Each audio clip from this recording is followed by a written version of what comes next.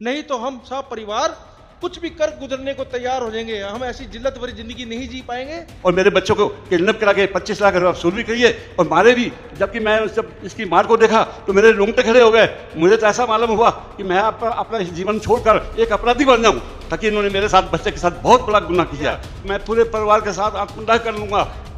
हम लोग कार पे कहीं जाते हैं तो आगे पीछे से मोटरसाइकिल, बुलेट मोटरसाइकिल पटाखे मारते हुए जो हमें डराती है, उंगलियां करते हैं। हाथ जोड़ के अपील करता हूँ कि इससे शीघ्र मुझे न्याय दिलाया जाए। अब वो झूठी मूठी कंप्लेनें दिलवा रहे हैं, किसी तरीके से इनके खिलाफ एफआईआर दर्ज हो। एक ईमानदार व्यक्ति के साथ इतना बड़ा अन्याय। कभी आगरा, कभी राजस्थान। हाँ जी, आपने ब्लू स्टार से डीलिंग की थी। कोई लेन देन किया है? कितने पैसे बकाया हैं? क्या होगा 10-20-50 हजार रुपए? अरे 10-20-50 क्यों बोलते हो? 25 लाख बोलो। हमने एक 25 लाख रुपए दिलवा दिए किसी को लालच दे के कि किसी तरीके से कोई एप्लीकेशन ली जाए, क्योंकि एप्लीकेशन आने से ही हम अपराधी साबित होंगे। जब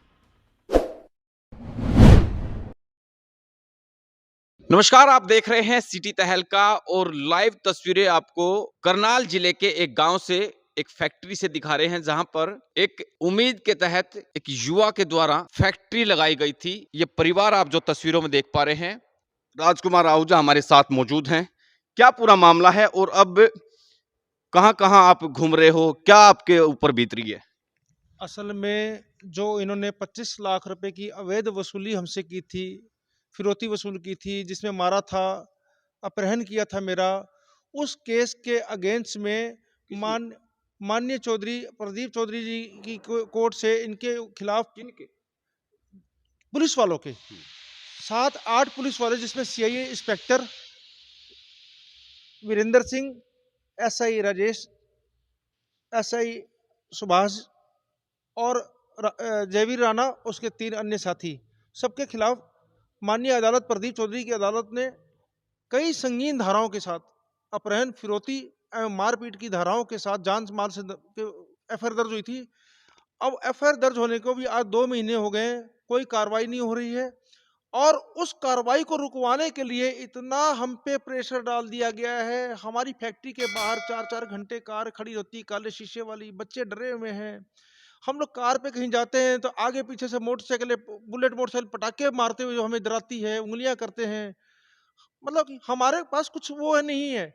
क्या है? हमने अपनी आवाज ही तो उठाई है, इंसाफ ही तो मांगा है हमने। हमने आज तक कभी कुछ, मेरा हम लोग का कोई आपराधिक थोड़ा कोई रिकॉर्ड है। व्यापारी आदमी है, 3 साल कोरिया में रह के मैंने ये ट्रेनिंग ली और सीख के यहाँ लाया। इसीलिए तो लाया कि अपने इंडिया के, हिंदुस्तान के मजदूर भाइयों का पेट भरा जा सके, नौजवान पीढ़ी को कुछ शिक्षा मिले, बच्चे मेरे साथ लगे हुए, बच्चों को भी कुछ शिक्षा मिल सके। नहीं, हमने हिंदुस्तान के लिए कुछ करना है। लेकिन इस हद तक ये पुलिस अपनी नाक की साख बचाने के लिए हमें प्रेशर कर रही है, इतना दबाव दे रही है। 78 वर्षीय मेरे पिताजी हैं, छुप छुप के जिंदगी जी रहे हैं। क्या ये जिंदगी है? कोई जिल्लत भरी जिंदगी कर दी इन्होंने, सिर्फ क्यों? अपने भ्रष्ट अधिकारियों को बचाने के चक्कर में वरिष्ठ अधिकारी ही इसमें इन्वॉल्व हो गए हैं कि कहीं उनको, अगर उनको सजा होगी तो हमारा भी नाम बीच में ना कहीं आ जाए।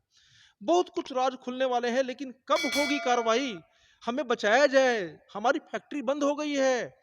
7-8 लाख 10 लाख रुपए महीने का ब्याज जाना है, कहां से जाएगा? लोगों से एडवांस पकड़ा हुआ है, जिसका माल नहीं जाएगा। फिर ये क्या करेंगे? फिर वही करेंगे। अभी भी क्या कर रहे हैं ये? एक एक व्यापारी के पास पहुंच जाते हैं, कभी लखनऊ तो कभी आगरा, कभी राजस्थान। हाँ जी, आपने ब्लू स्टार से डीलिंग की थी। कोई लेन देन किया है? कितने पैसे बकाया हैं? क्या होगा 10-20-50 हजार रुपए? अरे 10-20-50 क्यों बोलते हो? 25 लाख बोलो। हमने एक 25 लाख रुपए दिलवा दिए किसी को लालच दे के कि किसी तरीके से कोई एप्लीकेशन ली जाए, क्योंकि एप्लीकेशन आने से ही हम अपराधी साबित होंगे। जब हम अपराधी साबित हो जाएंगे तो तभी वो बच पाएंगे। अगर हम अपराधी साबित नहीं कर पाए हमें, वो तो खुद अपराधी हुए हैं वो तो अब वो झूठी मूठी कंप्लेनें दिलवा रहे हैं, किसी तरीके से इनके खिलाफ एफआईआर दर्ज हो। एफआईआर दर्ज से बचने के लिए मैंने सारे सबूत भी पेश कर दिए हैं। झूठ मूठ के मेरे पे इल्जाम लगा रहे हैं। मेरे पास ग्राहक का लिखा हुआ पूरा सर्टिफिकेट, लेटर हेड पे लिखा हुआ है कि मेरा इस ब्लू स्टार से अब कोई लेना देना नहीं है।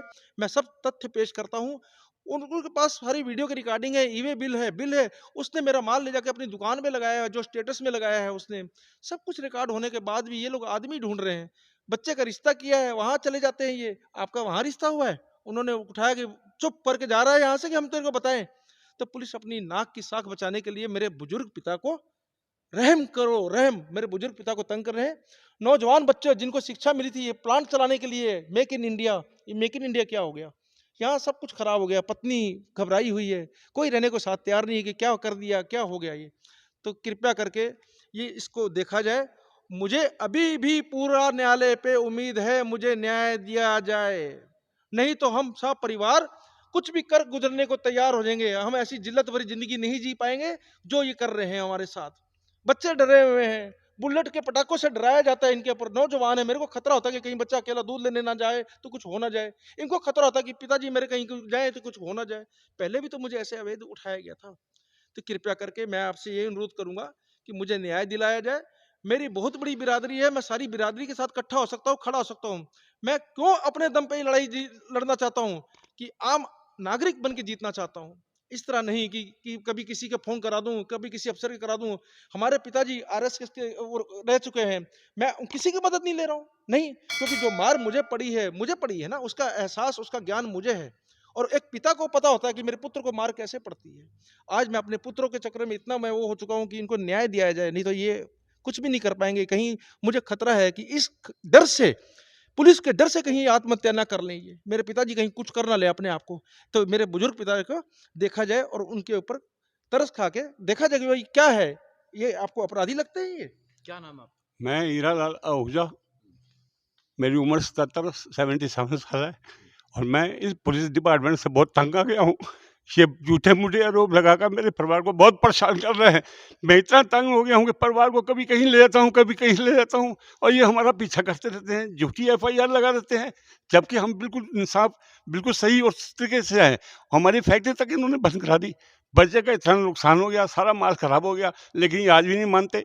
25/12/2011-2021 पर इन पर एक एफआईआर हुई है, कई संगीन धाराओं पर पुलिस डिपार्टमेंट के कर्मचारियों पर एफआईआर हुई है, उसका इन्होंने कुछ नहीं किया। मैं हरियाणा सरकार से अपील करता हूँ कि शीघ्र इस पर कार्रवाई की जाए। यदि कार्रवाई नहीं की गई तो मैं आत्महत्या कर लूंगा पूरे परिवार के साथ और हरियाणा छोड़ दूंगा। मैं हरियाणा सरकार से बार बार अपील करता हूं कि मुझे बचाया जाए, मेरे परिवार को बचाया जाए, मेरी इज्जत को बचाया जाए। मेरी इज्जत को सरेआम इन्होंने नीलाम कर दिया है, जबकि लोग मेरी इज्जत के लिए, मेरी बात के लिए, मेरी ईमानदारी पर कसम खाया करते थे और आज इन्होंने मेरी मिट्टी पलीत कर दी है, जिसका मुझे बहुत दुख है। मैं सारे हरियाणा सरकार से अपील कर रहा हूँ कि मुझे शीघ्र ही न्याय दिलाया जाए। यदि मुझे इंसाफ नहीं दिलाया तो मैं पूरे परिवार के साथ आत्मदाह कर लूँगा।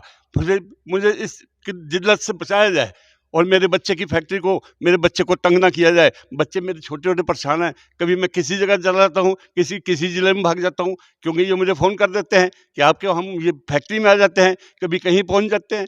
ये CIA स्टाफ वाले हैं, मुझे बहुत तंग कर रहे हैं और पुलिस भी मुझे बहुत तंग कर रही है। मैं इनसे बहुत दुखी हो गया हूँ, इतना परेशान हो गया हूँ कि मैं बच्चे का कारोबार बंद हो गया है, मेरी इनकम बंद हो गई है, मेरा सोना मुश्किल हो गया है। रात को सोता हूँ तो फ़ोन आ जाता है कि भाई आप पर नई एफआईआर हो गया। ये रोज़ नए झूठे आरोप लगाकर हमें झूठे मूठे एफआईआर कर देते हैं, जबकि कोई सबूत नहीं, कोई कुछ नहीं है।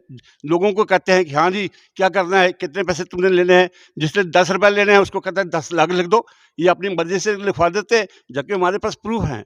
हम कर रहे हैं वो कि भाई अपने केस से कैसे अपने नाक बचाने के लिए, अपनी इज्जत बचाने के लिए, कि वो 25/12 को जो इन पर एफआईआर हुई है वो हम पर दबाव बना रहे हैं कि वो जो एफआईआर आई है उस पर ये जिक्र ना करे, उसका ये आगे से ये ना करे, हम इस समझौता कर लें। ये हमें बहुत दुखी किए हुए हैं। कृपया मैं हरियाणा सरकार से बार बार अपील कर रहा हूँ कि मेरी इज्जत को बचाया जाए, मेरे परिवार को बचाया जाए और मेरे को न्याय दिया जाए। मुझे न्याय पर पूरा विश्वास है, लेकिन इस सब बातों को देखते हुए मुझे ऐसा मालूम होता है कि जो कानून है, ये पुलिस डिपार्टमेंट पर कानून लागू नहीं होता है क्या? ये आम जनता के लिए कानून लागू होता है। 25/12 का एफआईआर हो गया है, अब तक पुलिस पर कार्रवाई क्यों नहीं हुई? उसका कारण मुझे बताया जाए। आज दूसरा कोई पब्लिक होती तब तक बहुत सी कार्रवाई हो गई होती और संगीन आरोप लगे हुए हैं, उसके बाद भी ये कार्रवाई नहीं कर रहे हैं। मैं बार बार हरियाणा सरकार से अपील करता हूँ, हाथ जोड़ के अपील करता हूँ कि इससे शीघ्र से शीघ्र मुझे न्याय दिलाया जाए और मुझे दिलाया जाए, ताकि मैं अपने बच्चों के साथ आराम से जी सकूं। मेरा जीना मुश्किल हो गया है, इसलिए मैं कहता हूं कि मेरे को न्याय दिलाया जाए, मैं अपने बच्चों के साथ सुखी और संपन्न तरीके से जीऊं। एक ईमानदार व्यक्ति के साथ इतना बड़ा अन्याय, ये तो मुझे आशा भी नहीं थी कि इस इतना बड़ा न्याय मेरे साथ होगा। और मेरे बच्चों को किडनैप करा के 25 लाख रुपए वसूल भी किए और मारे भी। जबकि मैं जब इसकी मार को देखा तो मेरे रोंगटे खड़े हो गए। मुझे तो ऐसा मालूम हुआ कि मैं अपना जीवन छोड़कर एक अपराधी बन जाऊं, ताकि इन्होंने मेरे साथ, बच्चे के साथ बहुत बड़ा गुनाह किया है। लेकिन फिर भी मैंने कानून की मर्यादा, कानून का पालन करते हुए, सहते हुए आज भी सह रहा हूँ। लेकिन इनको रोका जाए। ये बहुत कष्ट दे रहे हैं मुझे बहुत परेशानी हो रही है। ऐसा ना हो कि मेरी आवाज़, मेरे दुख को समाज के अंदर चलने के बाद एक बगावत खड़ी हो जाए, फिर एक परेशानी पैदा हो जाएगी। ये पुलिस डिपार्टमेंट अपनी नाक बचाने के लिए मेरे पर तरह-तरह के आरोप लगा रही है। ये कमाल की बात है ये। राजकुमार जी, कितने आपके यहाँ वर्कर काम करते हैं? मेरे यहाँ 85 वर्कर काम करते थे और आज की डेट में सिर्फ 2 वर्कर है। वर्कर क्या है, एक सफाई वाला है और एक बहादुर जिसको नेपाली बोलते, जो बाहर बैठ के देख रेख करता है। सब कुछ चले गए हैं क्योंकि हम लोग यहाँ नहीं आएंगे, नहीं बैठेंगे या किसी को टाइम पे सैलरी नहीं देंगे या काम नहीं देंगे तो कोई काम नहीं करेगा। सबको पैसे की भूख होती है, सबको पेट पालने हैं, सबके बच्चे हैं। मैं पिछले 2 महीने से कुछ नहीं आ रहा हूँ। मेरे पिताजी की हालत आपने देख ही ली, मेरे पिताजी की हालत क्या चल रही है। मेरे बच्चे डरे हुए हैं, सहमे हुए हैं। और 2 बार जब जीपें बाहर लगीं काले शीशे वाली और मेरे वर्करों को लगा कि ये तो कहीं हमें ना उठा लें। जब हमारे बॉस को उठा लिया गया और बॉस एक आम कानून की तरह लड़ना चाहता है, तो ये तो एक वर्कर थे बेचारे, डर के भागे कि कहीं हमें ना उठा लें, क्योंकि पुलिस तंग करने पे जब आ गई, अपनी शाख बचाने के लिए, नाक बचाने के लिए आ गई है, तो ये हमें तंग करेगी करेगी। इसीलिए आज मेरी फैक्ट्री बंद के कगार पे, खत्म है। 6 लाख 7 लाख रुपए मेरा महीना ब्याज जाएगा, कहाँ से दूंगा? बैंक से डिफॉल्ट होऊंगा तो मैं डिफॉल्ट होऊंगा, ना कि ये भ्रष्ट अधिकारी तो चाहते ही यही हैं। तो मैं कैसे मान लूं कि ये सरकार चाहती है, भाजपा सरकार चाहती है या ये देश के मुख्यमंत्री या प्रधानमंत्री चाहते हैं कि मेक इन इंडिया बने, हमारा देश आगे बढ़े।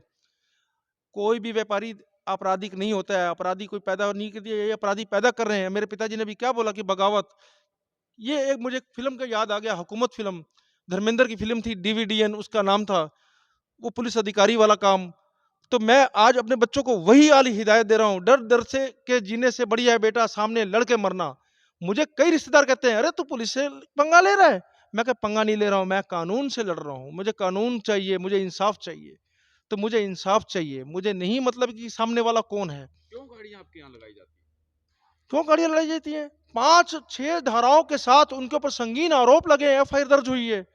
माननीय अदालत प्रदीप चौधरी जी ने एफआईआर दर्ज कराई हुई है। वो कैसे हटेगी? वो कैसे खत्म होगी? या तो वो गिरफ्तार होंगे, वो उम्र कैद है उनके अंदर, सजा है उसकी, तो वो सजा नहीं करने के लिए तो मेरे पे दबाव बना रहे हैं कि मैं कहीं। और मुझे पूरा पूरा मालूम है, मेरे पीछे पूरी पूरी टीम लगी हुई है, कब मैं अलग हूं, मेरे बच्चों को उठाया जाए या मुझे उठाया जाए। हम पांचों एक समान रहते हैं, फोन को स्विच ऑफ कर देते हैं, एक समान सो रहे हैं कि कहीं हमारे में से कोई उठा ना लिया जाए। तो इसके लिए मैं मतलब ये है कि आप दिन में अलग-अलग राज्यों में सब लोग अलग-अलग होते हो, लेकिन रात को चाहे कहीं भी हो, किसी भी स्टेट में हो, आप एक हो जाते हो। हम लोग इतने डरे हुए हैं। दोनों पुत्र मेरी अलग कार में कहीं और रहते हैं। पिताजी और मेरी वाइफ रिश्तेदारों के यहाँ कहीं और उत्तर दिशा में है, तो वो पश्चिम दिशा में, मैं पूर्व दिशा में हूँ। शाम को 6-7 बजे हम लोग मिलके किसी और राज्य में चले जाते हैं। और मुझे पता है कि मेरे को ये उठाएंगे, मेरे बच्चों को भी पता है उठाएंगे, मेरी पत्नी को भी पता है ये, और पहले भी तो उठाया गया था मैं। उठाएंगे, मारेंगे और मेरी जान बचेगी नहीं बचेगी, मुझे कोई आप ये समझ हो सकता है कि मेरी आखिरी वीडियो भी हो सकती है, जैसे मेरे पिताजी ने बोला है। ये बहुत गलत काम होने जा रहा है। मुझे आम जनता को यही कहना है, सबसे यही कहना है कि लड़ाई लड़ना, कानून के साथ लड़ना। भ्रष्ट अधिकारियों को सजा दिलवा के रहेंगे, किसी भी हद तक जानी पड़े। मैं इतनी 35-40 करोड़ रुपए की फैक्ट्री की मशीनें लाया हूं, बाहर रह के विदेशों से ट्रेनिंग लेके आया हूं, क्या निकला? ये कुछ भी तो नहीं निकला। तो इसलिए मेरी रक्षा की जाए। मैं शासन से, प्रशासन से, चलो प्रशासन से मुझे वो उम्मीद नहीं है, मैं न्यायालय से उम्मीद करता हूँ, मुझे रक्षा दी, मेरे परिवार की रक्षा की जाए, मुझे जीने की राह दी जाए, बचाया जाए। कोई हमारा परिवार आपराधिक वो नहीं है, एक आम परिवार है भाई साहब, जिंदगी जीने वाला परिवार है, कुछ अर्थव्यवस्था में हाथ बटाने वाला परिवार है, लेकिन सब कुछ चौपट करके रख दिया इन्होंने। परिवार देख पा रहे हैं कि बुजुर्ग आदमी ने भी अपना दर्द बयां किया, भावुक हो गए थे, रो पड़े थे और लोगों से भी अपील की और साथ के साथ जो न्याय प्रणाली है, उनके ऊपर विश्वास जताते हुए इन्होंने भगवान को भी याद किया। इसके अलावा जो इनके एक परिवार की महिला है, इनसे जान लेते हैं कि भी क्या आप किस तरह फील करते हो आप इस वक्त? हमेशा डर का माहौल बना रहता है। कभी हम कभी कहाँ हम बहुत ज़्यादा परेशान हैं। हम तो सरकार से यही कहते हैं कि हमारी रक्षा करे बस, और हम कुछ नहीं कहते। हम तो हर टाइम दिल में डर ही बैठ गया है। हाय कभी कोई बच्चों को ना उठा लें, कभी मेरे पति को ना उठा लें, कभी मेरे ससुर को ना। मुझे तो सब बस यही डर ही लगा रहता है बार बस। बार फोन करते हैं आप लोग एक दूसरे को हाँ जी, कि सब सेफ हो? हाँ बस करते हैं, बस 24 घंटे हमारा बस काम ही हो गया फोन करना, और हमारा कोई काम नहीं है बस। और हम तो यही सरकार से अपील करते हैं कि हमारी रक्षा करें, न्यायालय से यही कहते हैं कि हमारी रक्षा करें बस। बहुत बहुत शुक्रिया। तो आप लोगों ने तमाम परिवार के सदस्यों से मैंने बातचीत करवाई, बहुत बहुत शुक्रिया। नमस्कार।